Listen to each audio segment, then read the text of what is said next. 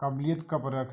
एक गांव में एक बूढ़ा कुम्हार रहता था जो मिट्टी के बहुत सुंदर बर्तन बनाता था। उसकी कला इतनी अद्भुत थी कि लोग दूर दूर से उसके बनाए बर्तन खरीदने आते थे।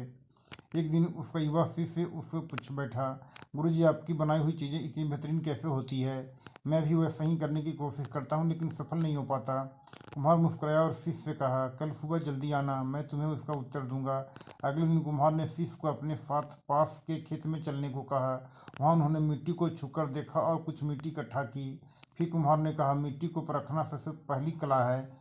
अगर मिट्टी सही नहीं होगी तो बर्तन कभी अच्छा नहीं बनेगा। उसके बाद कुम्हार ने मिट्टी को गूंथने की प्रक्रिया शुरू की।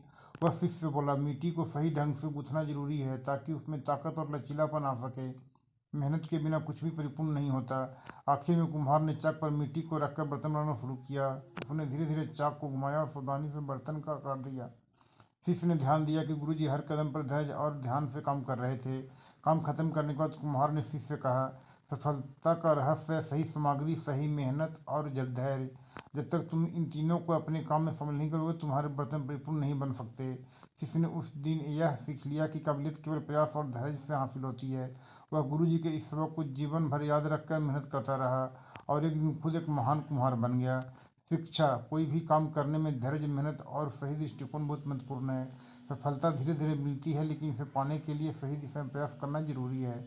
जय हिंद दोस्तों। Please subscribe, like and share my channel.